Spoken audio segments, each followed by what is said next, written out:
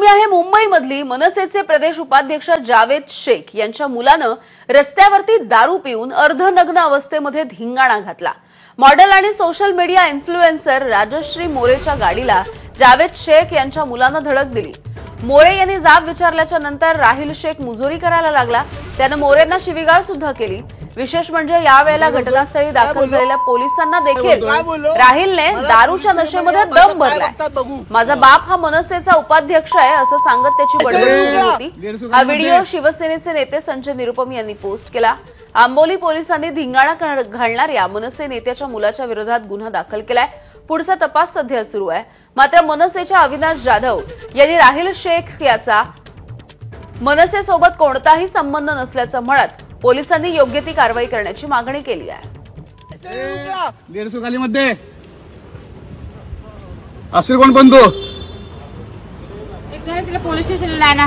अरे काय घेणार भाई बघून घे मला काय करतात। हा तुम्हाला शिव्या देतोय। शिव्या दिले मग काय करतोय काय बोललो मला पोलीस स्टेशनमध्ये या माझं काय बघतात बघू। त्याला त्याचं नाव विचारलं, त्याने नाव नाही सांगितलं, पण तो सरळ हे बोलला की तुला माहितीये का माझा बाप कोण आहे? माझा बाप जावेद शेख आहे। माझा बाप किती मोठ्या मोठ्याने तो अग्रेसिव्ह होता आणि किती मोठ्या मोठ्याने तो बोलत होता की माझा बाप मनसेचा ठाण्याचा उपाध्यक्ष आहे। तू एक काम कर, ठाण्याला जा आणि विचार माझा बाप कोण आहे, मी त्याचा मुलगा आहे। तू एक काम कर, राज ठाकरेंच्या घरी जा, तुझ्या गाडीचे जे काही नुकसान झालेलं आहे जाऊन तिकडून भरपाई करून घे। अगं तुला किती पैसे पाहिजेत, मी तुला विकत घेऊ शकतो, तुझ्याकडे जेवढा पैसा नसेल तेवढा मी तुला देऊ शकतो।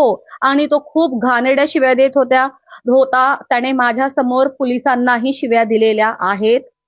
खरं तर जावेद शेख हे आमचे पदाधिकारी आहेत। त्यांचा मुलगा आमच्या पक्षातल्या कुठल्याच पदावर नाही किंवा त्याचं प्राथमिक सदस्यत्व देखील मनसेत नाही आणि त्यांनी जे काही कृत्य केले त्याचं समर्थन देखील महाराष्ट्र नवनिर्माण सेना करणार नाही। कायद्यात ज्या काही गोष्टी असतील त्यात कायदेशीर त्याच्यावर कारवाई व्हावी, पोलिसांनी योग्य ती कारवाई त्याच्यावर करावी ही आमची देखील मागणी आहे। सो या प्रकरणाची महाराष्ट्र नवनिर्माण सेना या प्रकरणाचं कुठल्याही प्रकारचं समर्थन करत नाही।